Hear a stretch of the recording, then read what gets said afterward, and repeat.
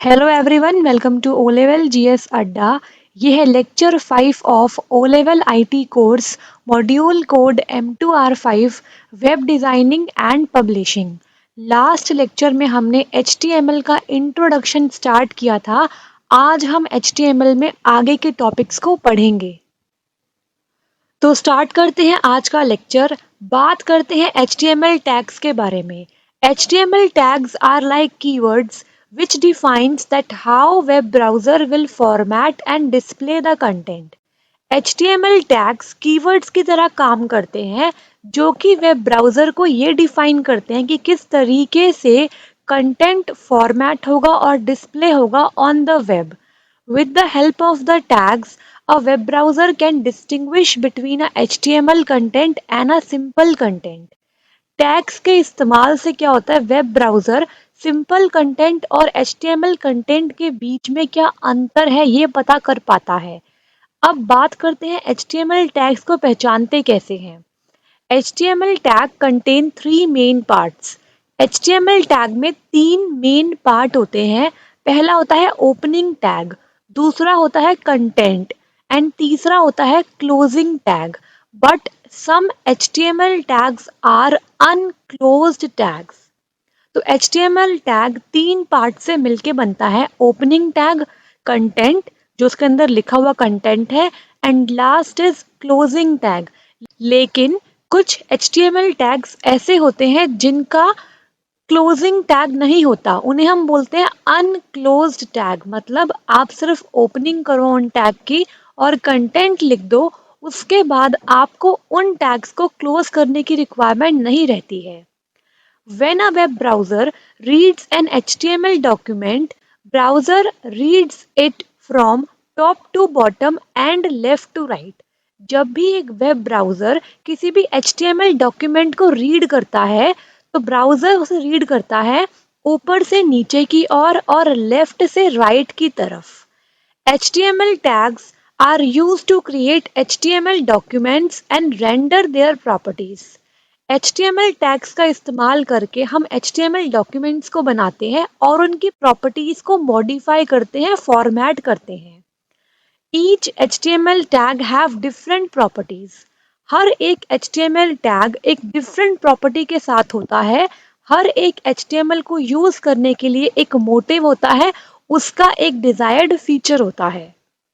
मैंने यहाँ पे नीचे हिंदी टेक्स्ट भी इंक्लूड किया है, तो जो स्टूडेंट्स हिंदी मीडियम के हैं या फिर हिंदी टेक्स्ट में पढ़ना चाहते हैं वो यहाँ से पढ़ सकते हैं। एक्सप्लेन मैं दोनों लैंग्वेजेस में करूँगी। नेक्स्ट देखते हैं। An HTML file must have some special tags so that web browser can differentiate between a simple text and HTML text. HTML file में कुछ HTML टैग्स होते हैं जिनकी मदद से वेब ब्राउज़र को ये पता लगता है कि कौन सा सिंपल टेक्स्ट है और कौन सा HTML टेक्स्ट है। मतलब HTML टैग से वेब ब्राउज़र ये अंतर पता कर पाता है कि कौन सा जो टेक्स्ट है वो HTML का टेक्स्ट है और कौन सा सिंपल टेक्स्ट है। All HTML tags must enclosed within angular brackets. These brackets, जो भी HTML टैग हम यूज करेंगे उन्हें हम एंगुलर ब्रैकेट्स, इन्हें हम बोलते हैं एंगुलर ब्रैकेट्स। ठीक है। Every tag in HTML perform different task. हर एक टैग जो HTML में यूज किया जाता है वो डिफरेंट टास्क परफॉर्म करने के लिए यूज किया जाता है। If you have used an open tag इस तरीके से, then you must have a close tag except some tag. अगर आपने कोई टैग ओपन किया है, देखिए मैं बता चुकी हूँ पहले ही कि कोई भी टैग को ओपन करने के लिए आपको उसे एंगुलर ब्रैकेट में लिखना पड़ेगा। सपोज मेरे पास कोई टैग है, उसका नाम हम टैग ले लेते हैं एग्जाम्पल के लिए। कोई टैग, कोई भी टैग हो सकता है यहाँ पे। तो अगर मैंने उसे ओपन किया है तो कंटेंट लिखने के बाद मुझे एंड में उस टैग को बंद करना होता है।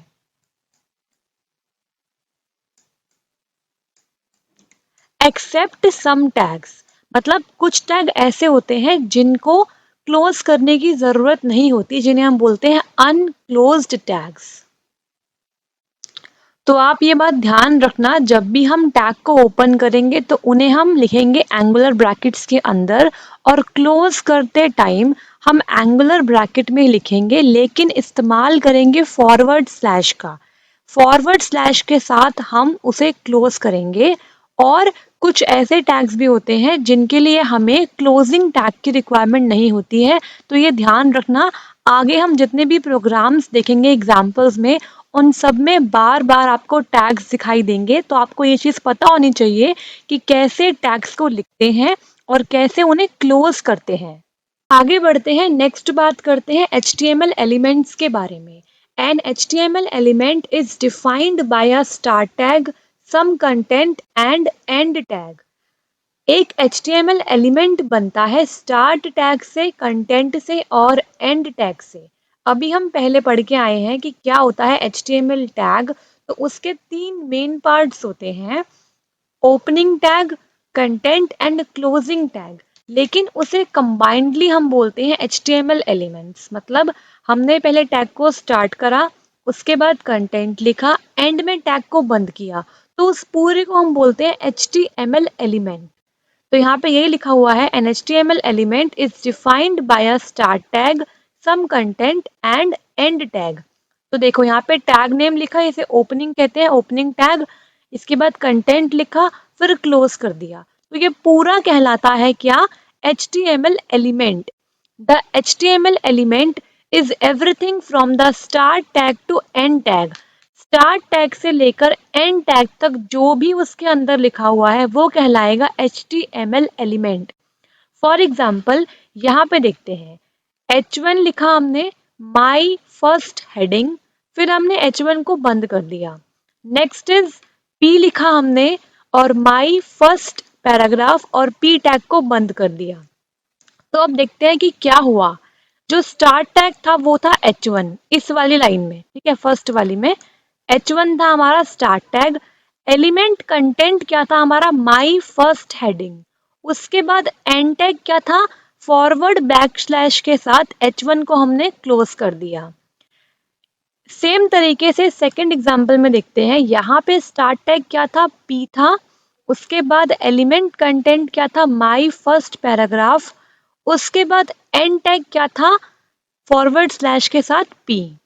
ऐसे ही अगर बात करें BR की, तो देखो BR भी एक टैग होता है जिसके अंदर कुछ नहीं लिखा हुआ है और जिसका एंड टैग भी नहीं होता है। BR के बारे में आगे हम पढ़ने वाले हैं। Some HTML elements have no content like the BR element. BR element के अंदर कोई भी कंटेंट नहीं आता है। These elements are called empty elements।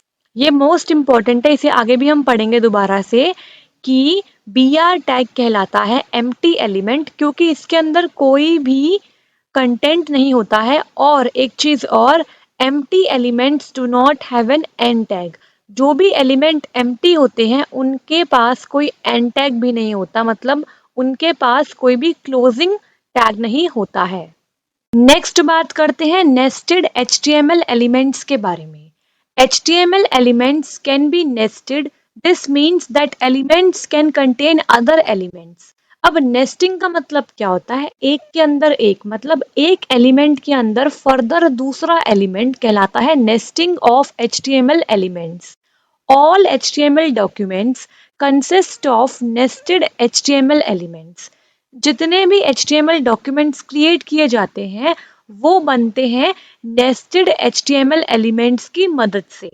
The following example contains 4 HTML elements, HTML, body, H1 and P। तो यहाँ पे एक एग्जाम्पल दिया गया है जिसके अंदर 4 HTML एलिमेंट्स का इस्तेमाल किया गया है, और ये चारों कैसे हैं, नेस्टेड HTML एलिमेंट्स है। कैसे, यहाँ पहले हमने डॉक्यूमेंट टाइप लिखा, ये हमारा हेडर हो गया।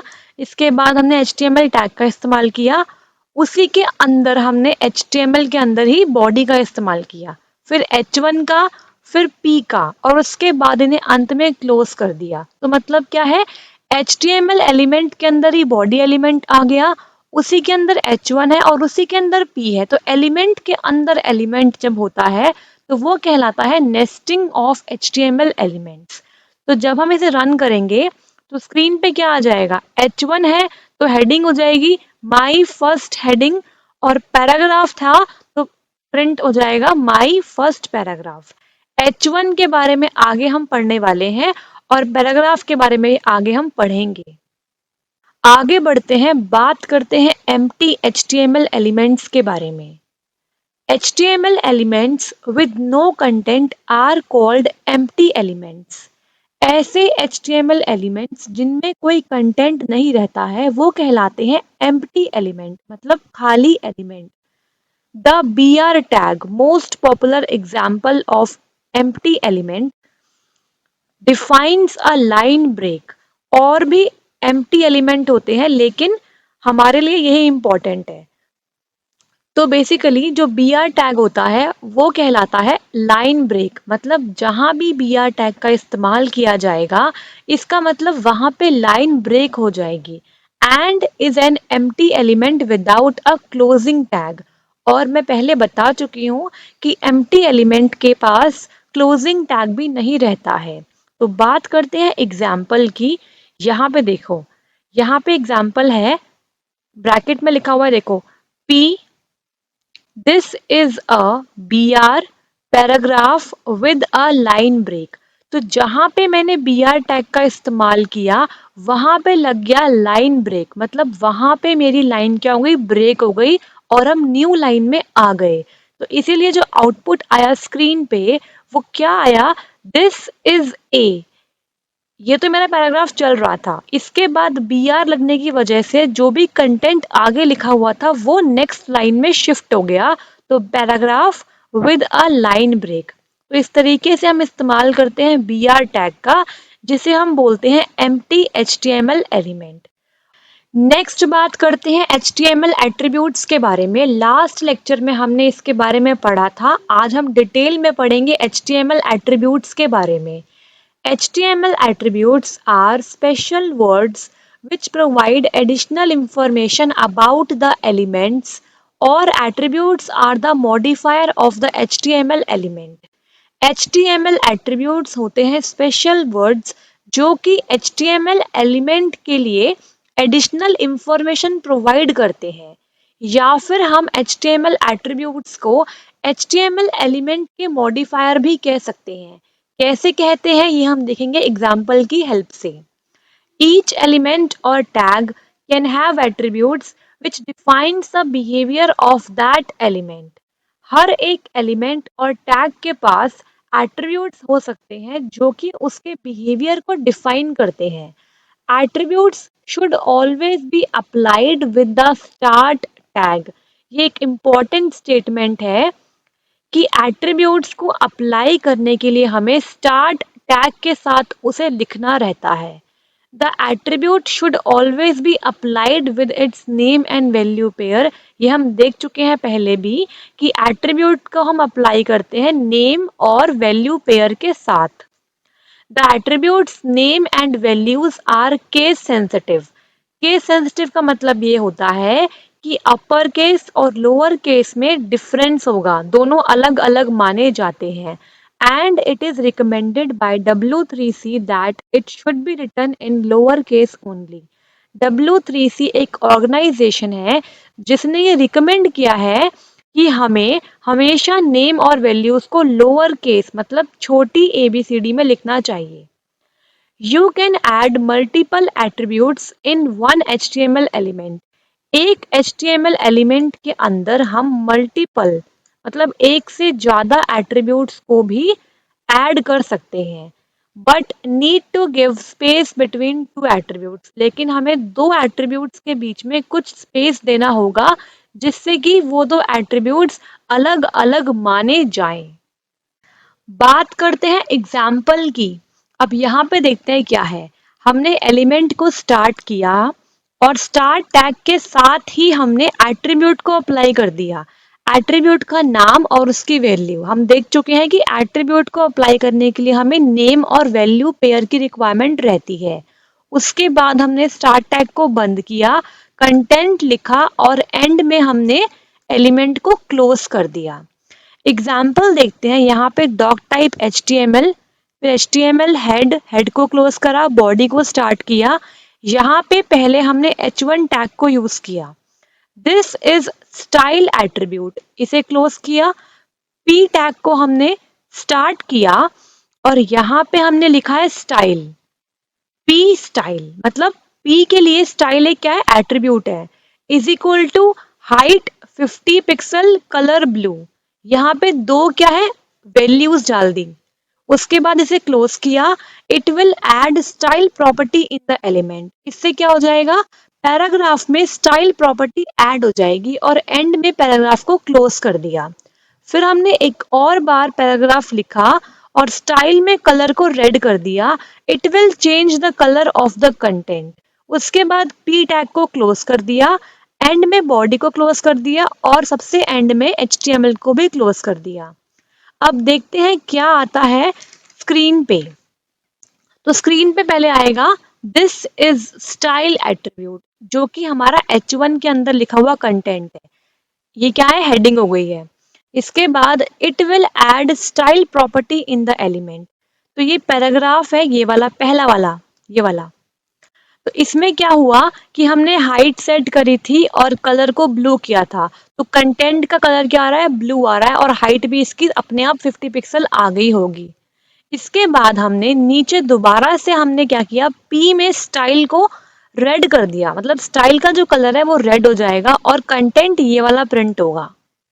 तो कंटेंट जो आएगा it will change the colour of the content. ये अब जो प्रिंट होगा वो होगा रेड कलर में।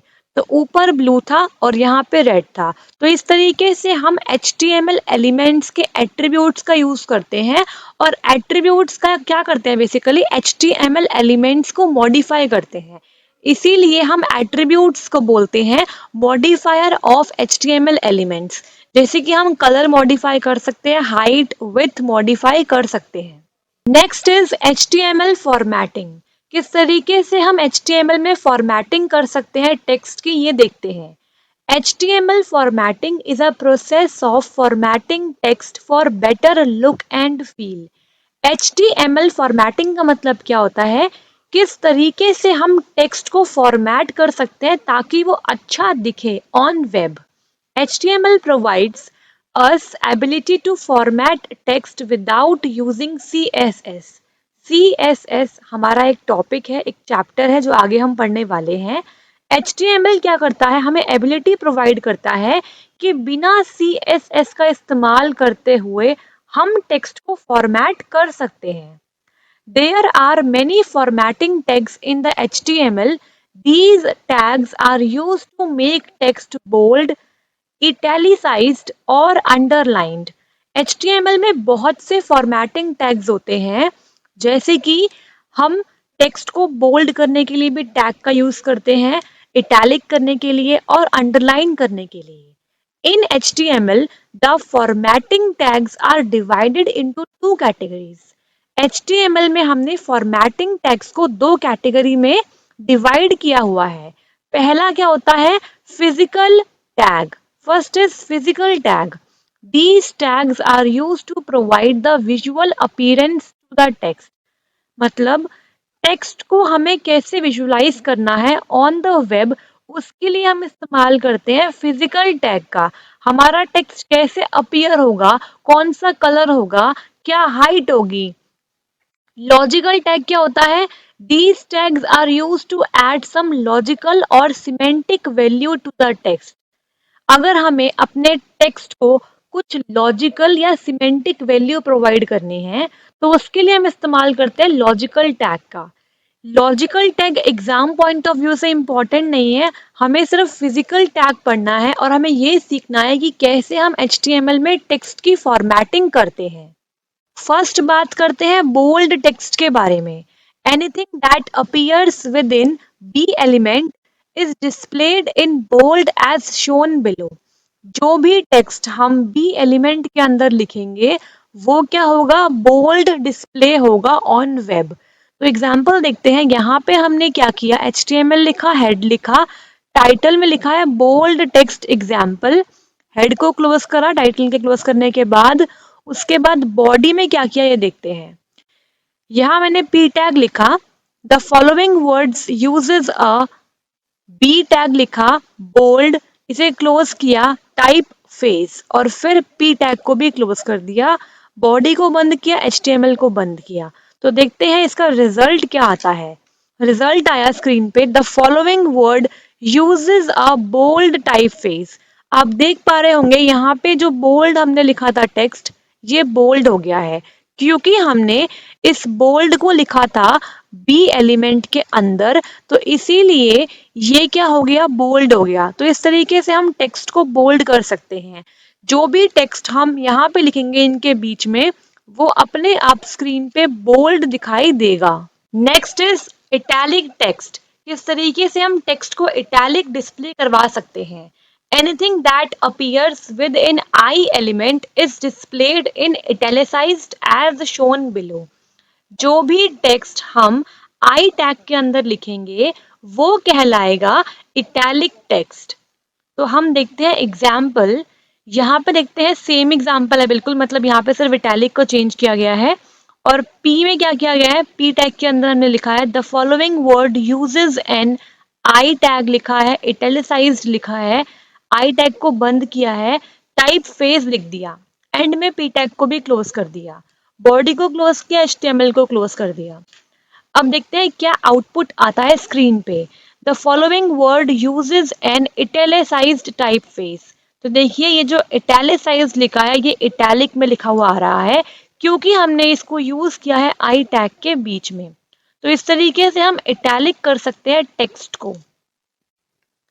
आगे बढ़ते हैं, बात करते हैं अंडरलाइंड टेक्स्ट की। Anything that appears within u element is displayed with underline as shown below. जो भी टेक्स्ट यू एलिमेंट के अंदर लिखा जाएगा वो अंडरलाइंड प्रिंट होगा ऑन वेब। तो देखते हैं एग्जाम्पल, ये अंडरलाइंड टेक्स्ट एग्जाम्पल है। यहाँ पे देखते हैं क्या है। पी टैग के अंदर the following word uses an, u tag लिखा, अंडरलाइंड लिखा, यू टैग को क्लोज कर दिया, टाइप फेज, फिर हमने पी टैग को क्लोज कर दिया, बॉडी को बंद किया, HTML को बंद किया। अब देखते हैं क्या रिजल्ट आता है स्क्रीन पे। तो स्क्रीन पे आएगा the following word uses an underlined typeface, और अंडरलाइंड के अंदर क्या हो गया, लाइन आ गई है, मतलब अंडरलाइन आ गई है क्योंकि हमने इसको यू एलिमेंट के अंदर यूज किया था। तो इस तरीके से हम अंडरलाइन कर सकते हैं। अब देखते हैं स्ट्राइक थ्रू कैसे कर सकते हैं। Anything that appears within strike element is displayed with strike through which is a thin line through the text as shown below. Strike through का मतलब क्या होता है पहले ये समझ लेते हैं। स्ट्राइक थ्रू का मतलब होता है किसी भी टेक्स्ट के बीच में से कोई थिन लाइन का पास होना। एग्जाम्पल अगर मैं यहाँ लिखती हूँ वर्ल्ड, तो वर्ल्ड क्या है, एक टेक्स्ट है, और अगर मैं चाहती हूँ स्ट्राइक थ्रू हो जाए इसके साथ, तो इसका मतलब क्या है, थिन लाइन इसके बीच में से ऐसे पास हो जाए, इसे हम बोलते हैं स्ट्राइक थ्रू। तो देखते हैं कैसे हम HTML में स्ट्राइक थ्रू परफॉर्म करते हैं। तो HTML में स्ट्राइक थ्रू परफॉर्म करने के लिए हम इस्तेमाल करते हैं स्ट्राइक एलिमेंट का, और जो भी स्ट्राइक एलिमेंट के बीच में लिखा जाता है वो स्ट्राइक थ्रू हो जाता है। तो एग्जाम्पल में देखते हैं यहाँ पे क्या है, पी टैग के अंदर लिखा है the following word uses a strike, उसके बाद स्ट्राइक थ्रू लिखा गया है, इसको क्लोज किया गया है, टाइप फेज, पी टैग को बंद किया, बॉडी को बंद किया, HTML को बंद किया। तो देखते हैं आउटपुट क्या आता है स्क्रीन पे। स्क्रीन पे शो होता है the following word uses a strike through type phase.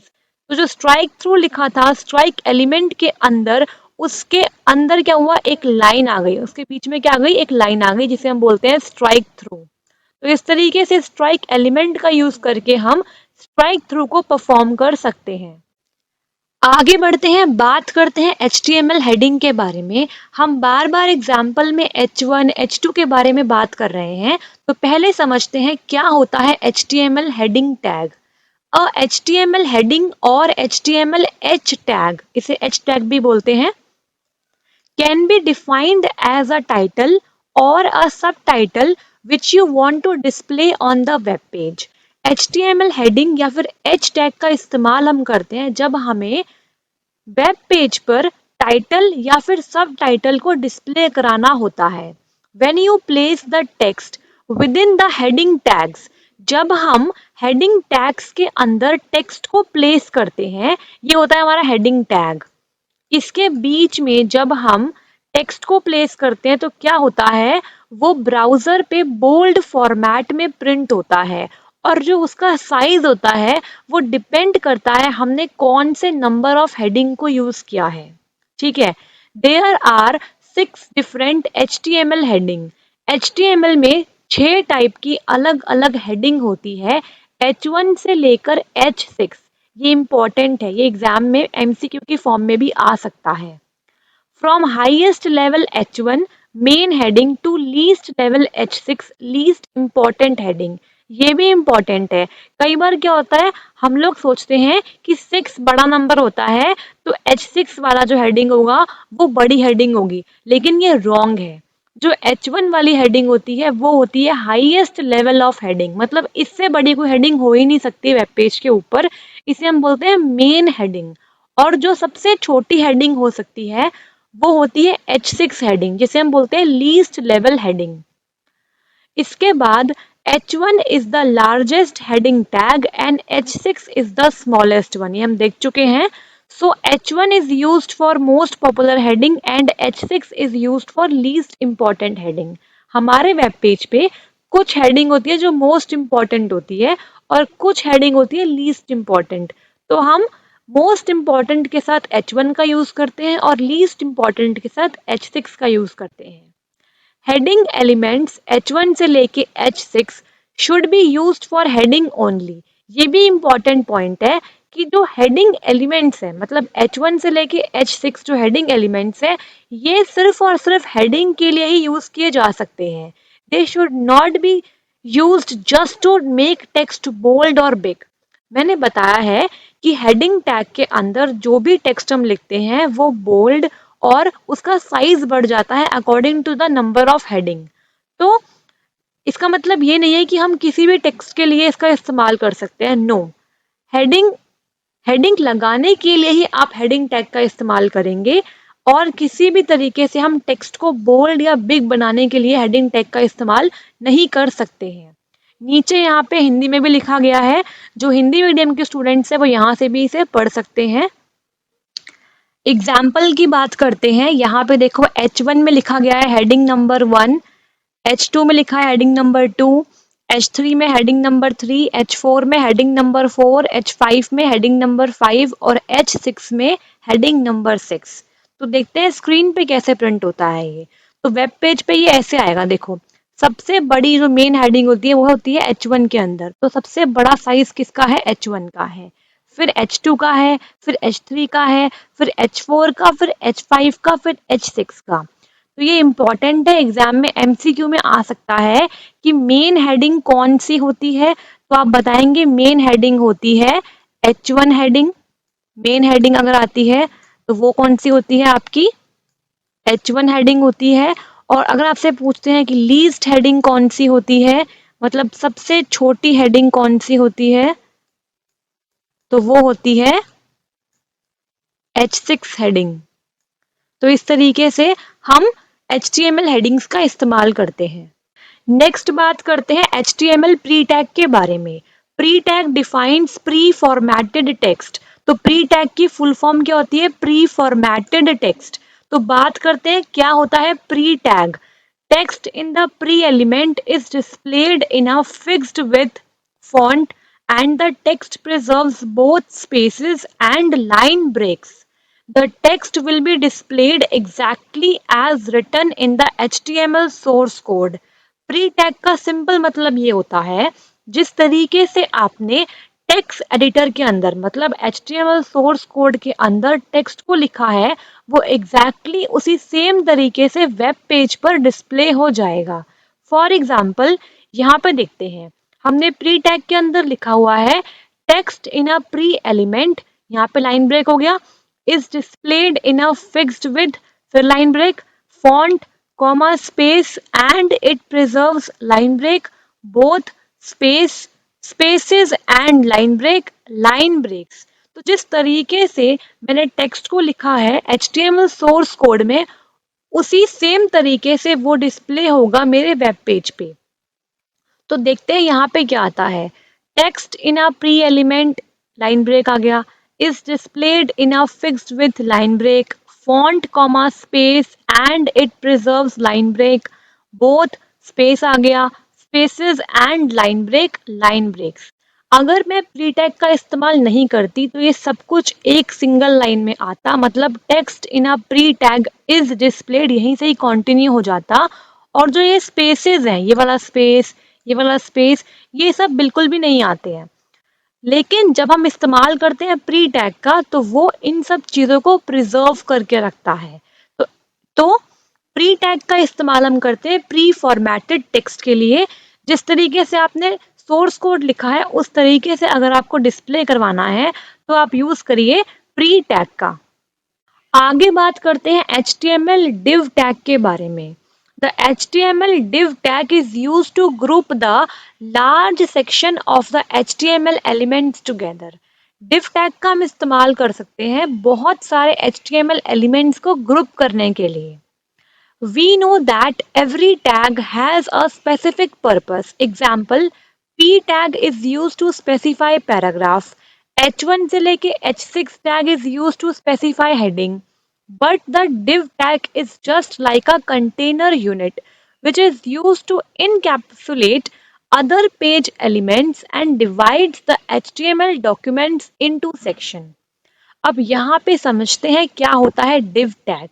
देखिए सारे टैग कोई ना कोई पर्पस के लिए यूज किए जाते हैं। फॉर एग्जाम्पल पैराग्राफ टैग या फिर पी टैग का इस्तेमाल हम करते हैं पैराग्राफ को शुरू करने के लिए। हेडिंग टैग मतलब H1 से लेके H6 का इस्तेमाल किया जाता है हेडिंग को स्पेसिफाई करने के लिए। लेकिन div टैग कोई स्पेसिफिक काम नहीं करता है, ये कंटेनर टैग की तरह बेसिकली एक्ट करता है। इसका मेन मोटिव ये होता है कि वो पेज में रखे हुए बहुत सारे एलिमेंट्स को इनकैप्सुलेट करता है, एक जगह इकट्ठा करता है। इनकैप्सुलेट का मतलब क्या होता है? एक जगह उन्हें एकत्रित करना। And divides the HTML document into sections. अगर मुझे HTML डॉक्यूमेंट्स को अलग अलग सेक्शन में अलग अलग ग्रुप में डिवाइड करना है तो तब मैं यूज करती हूँ div टैग का। The div tag is generally used by web developers to group HTML elements together. div tag का इस्तेमाल ज़्यादातर वेब डेवलपर्स करते हैं ताकि वो HTML एलिमेंट्स को ग्रुप कर सके एक साथ और वो उसके बाद CSS स्टाइल्स को अप्लाई कर सके सारे एलिमेंट्स में एक ही बारी में। बहुत सारे एलिमेंट्स पे अलग अलग स्टाइल लगाने के बजाय क्या करते हैं, एक ही बारी में हम div टैग की मदद से उन सबको ग्रुप कर लेते हैं और एक ही टाइम पे CSS स्टाइल्स को लगा देते हैं। For example, if you wrap up a set of paragraph elements into a div element, so you can take the advantage of the CSS style and apply font to all the paragraph at once instead of coding the same style for each paragraph element. Example लेते हैं, हमने 2-3 paragraphs को एक ही साथ div tag के अंदर लिख दिया है तो इससे क्या हो जाएगा, जो मुझे फॉन्ट लगाना है, जो मुझे कलर सेट करना है टेक्स्ट का, वो मैं एक ही बारी में कर दूंगी। मुझे बार बार अलग अलग पैराग्राफ में रिपीट नहीं करना पड़ेगा। तो इस तरीके से div एलिमेंट का इस्तेमाल किया जाता है। एग्जाम्पल देखते हैं, यहाँ पे क्या है, HTML टैग लगाया, बॉडी लगाया, div में स्टाइल लिखा, बॉर्डर को हमने 1 पिक्सल कर दिया, सॉलिड पिंक कर दिया, पैडिंग को 20 पिक्सल कर दिया, फॉन्ट साइज को हमने 20 पिक्सल कर दिया। अब हमने लिखा यहाँ पे welcome all of you, this is second paragraph. ये पैराग्राफ 1 हो गया और ये हो गया 2। बॉडी डिव को बंद कर दिया, बॉडी को बंद कर दिया, HTML को बंद कर दिया। तो यहाँ पे क्या हो जाएगा, जो बॉर्डर आएगा ना, एक्चुअली ये पूरा प्रिंट नहीं हुआ है, यहाँ पे देखो पिंक कलर का बॉर्डर है, तो ये पूरा बॉर्डर ऐसे था, तो ये बॉर्डर था 1 पिक्सल का, मतलब कितनी उसकी मोटाई होगी, कितनी उसकी विड्थ होगी, तो 1 पिक्सल है इसकी विड्थ। इसके बाद पैडिंग का मतलब क्या होता है कि यहाँ से कितनी दूरी होगी, मतलब ये होता है पैडिंग का मतलब कि बॉर्डर से टेक्स्ट के बीच में कितनी दूरी होगी, फॉन्ट का क्या साइज होगा। तो हमने दोनों पैराग्राफ के लिए एक ही बारी में डिव में सब कुछ लिख दिया, जिससे क्या होगा, हमारा काम आसान हो जाएगा। नेक्स्ट बात करते हैं HTML पैराग्राफ के बारे में। HTML paragraph or HTML p tag is used to define a paragraph in a web page. Web page पे पैराग्राफ को डिफाइन करने के लिए हम HTML पैराग्राफ टैग या फिर p टैग का इस्तेमाल करते हैं। एक एग्जाम्पल देखते हैं और समझते हैं किस तरीके से हम पैराग्राफ टैग का इस्तेमाल करते हैं। It is notable point that a browser itself add an empty line before and after a paragraph। ये एक बहुत important point है कि ब्राउज़र जो होता है ना वो बाय डिफ़ॉल्ट पैराग्राफ से पहले एक empty line ऐड कर देता है और पैराग्राफ के बाद एक empty line ऐड कर देता है। An HTML p tag indicates starting of new paragraph। जहां पर भी आपको p tag दिखाई देगा मतलब वहां से नया पैराग्राफ शुरू होने वाला है। एक नोट देख लेते हैं। If we are using various p tags in one HTML file, then browser automatically adds a single blank line between the two paragraphs। अगर हम एक से ज़्यादा p टैग का इस्तेमाल कर रहे हैं HTML फाइल के अंदर तो ब्राउज़र क्या कर देगा, दो पैराग्राफ के बीच में अपने आप ऑटोमेटिकली एक ब्लैंक लाइन को ऐड कर देता है जिससे कि दोनों में सेपरेशन दिखाई देती है। तो एग्जाम्पल देखते हैं। यहाँ पे डॉक टाइप HTML टैग लिखा, बॉडी लिखी, p टैग के अंदर दिस इज फर्स्ट पैराग्राफ, ये मेरा पहला पैराग्राफ हो गया, ये हो गया मेरा फर्स्ट पैराग्राफ। इसके बाद एक और p टैग को शुरू किया मतलब न्यू पैराग्राफ है ये, दिस इज सेकंड पैराग्राफ, ये मेरा सेकंड पैराग्राफ हो गया। और एक और है दिस इज थर्ड पैराग्राफ, ये हो गया थर्ड पैराग्राफ। उसके बाद बॉडी को बंद किया, HTML को बंद किया, तो स्क्रीन पे देखते हैं क्या आया, दिस इज फर्स्ट पैराग्राफ।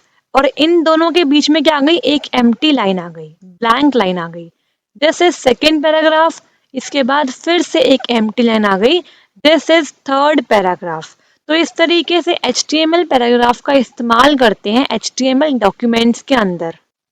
अब बात करते हैं एक इम्पॉर्टेंट पॉइंट के बारे में, how to use BR tag and HR tag with paragraph. Paragraph के साथ हम कैसे BR टैग का और HR टैग का इस्तेमाल करते हैं। An HTML BR tag is used for line break, ये हम पहले देख चुके हैं कि HTML BR टैग क्या करता है, लाइन को ब्रेक करता है। And it can be used with the paragraph elements. BR tag का इस्तेमाल हम पैराग्राफ एलिमेंट्स के साथ कर सकते हैं। Following is the example to show how to use BR with the P element. अब देखते हैं किस तरीके से हम P एलिमेंट के साथ BR टैग का इस्तेमाल करते हैं। तो यहाँ पे देखते हैं HTML हेड को बंद किया, बॉडी को शुरू किया। पहले हमने लिखा H2 में एक लाइन आ जाएगी ये वाली, use of line break with paragraph tag. फिर पैराग्राफ टैग को शुरू किया और BR का इस्तेमाल करा इसके अंदर, papa and mama and baby and dot, comma, फिर BR का इस्तेमाल किया, Willie and me, the whole of the lot, फिर BR का इस्तेमाल किया, of us all went over in, बेम्ब्यार लाइज स्ले, फिर BR का इस्तेमाल किया, to grand mama's house on Christmas day. फिर हमने p टैग को बंद कर दिया, बॉडी को बंद कर दिया, HTML को बंद कर दिया। तो देखते हैं स्क्रीन पे क्या प्रिंट होके आता है। स्क्रीन पे आता है पापा and mama and boy and dot, comma. अब जहां जहां हमने BR लगाया है वहां वहां क्या हो जाएगा, लाइन ब्रेक हो जाएगी। हमने BR लगाया था विली से पहले, तो डॉट कॉमा के बाद क्या हो गया, लाइन ब्रेक हो गया और विली कहाँ से आया, नेक्स्ट लाइन में आया। उसके बाद फिर ऑफ अस ऑल कहाँ से आया, नेक्स्ट लाइन से आया। और एंड में to grand mama's house on Christmas day भी नेक्स्ट लाइन में आया। तो जहां जहां पे आप BR टैग का इस्तेमाल करोगे वहां वहां पे आपकी पैराग्राफ में लाइन ब्रेक आ जाएगी। लास्ट में बात करते हैं HTML HR टैग के बारे में। An HTML HR tag is used to apply a horizontal line between the two statements or two paragraph।